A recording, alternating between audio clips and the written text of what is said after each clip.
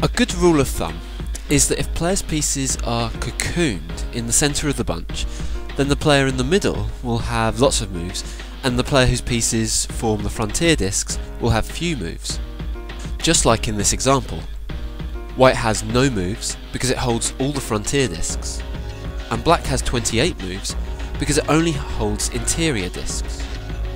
So black has the greater mobility, and just like last time can dictate where white's future moves will be.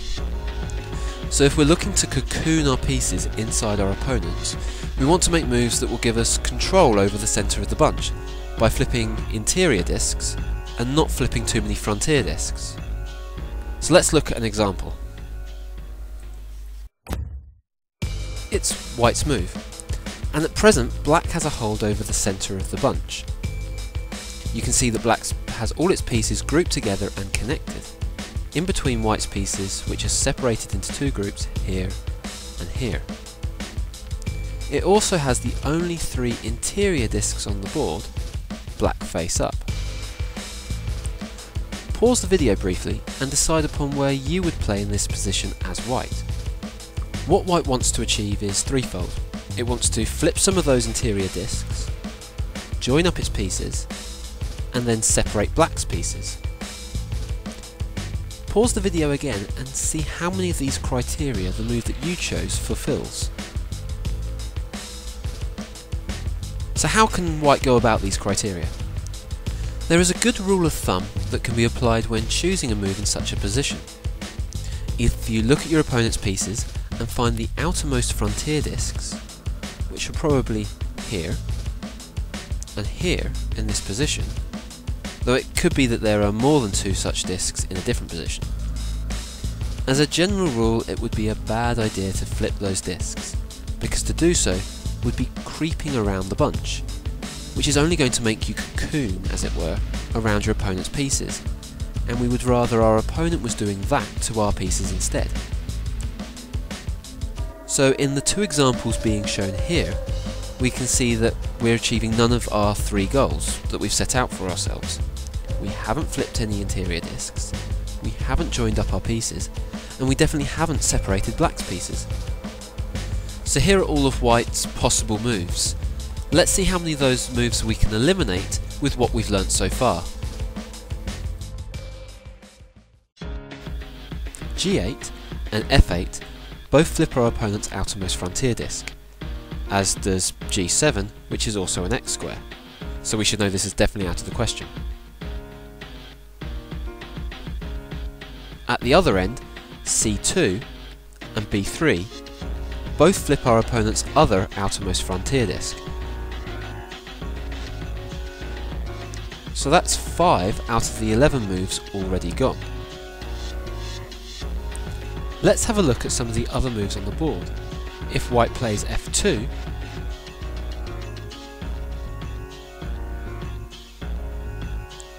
then it does flip one of our interior discs.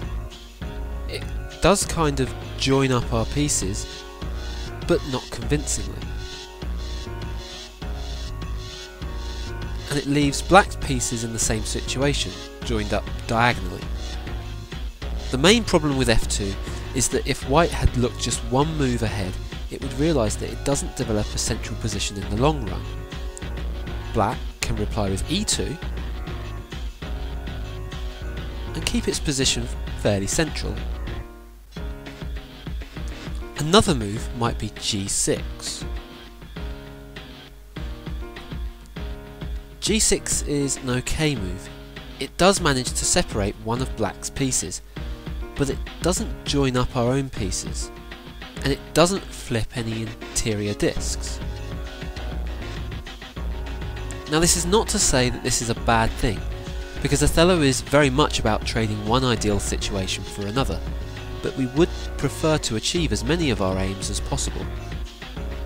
So far then, we can exclude F2 and G6, because they don't really achieve our 3 aims. We will also remove D2 and G5, because we will cover similar moves another time in a later video. This leaves E2 and B4. these are the two moves that are typically played by white, because they achieve our aims. However, it's e2 which is the move that we'll focus on, because it's slightly better. e2 is interesting, because it looks like it might go against a minimisation approach to play, especially when there are moves on the board that take fewer pieces. But in fact, making a big move like this is often much better than finding a move that takes a single piece. It's important to note that white doesn't actually give black any new good moves with its move to e2. We've marked out black's existing moves here. Let's look at the pieces that are flipped. e6 is a frontier disc, and potentially flipping a frontier disc will give your opponent new moves. But in this case it doesn't matter, because black already has access to the only move that flipping e6 would have created, that is d7. e5 and e4 are interior discs, so the fact that we flip them is of no concern, because flipping interior discs doesn't give your opponent any additional moves. The piece flipped at d3 is a similar story to the piece flipped at d6, because it doesn't open up any new moves that don't already exist for black. Black has no access to d2, because you'd need a black piece here, for example, to gain access. In fact, the only move created by playing e2 is a move to f1 for black, and if we consider the rule of thumb that we discussed earlier, that you don't want to flip your opponent's outermost pieces, then if black was to play f1, then that's likely to be good for white.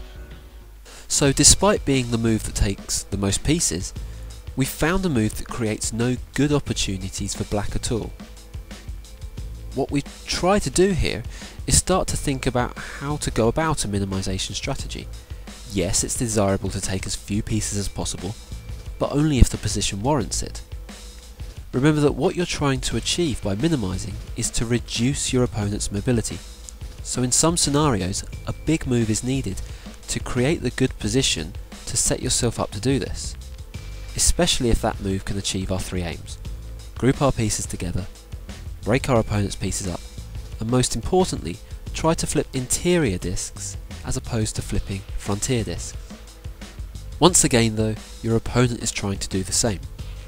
So what if in a position you're more worried about the move that your opponent could make to hold the centre of the bunch than actually focusing on gaining it yourself? This is what we'll be looking at next time around.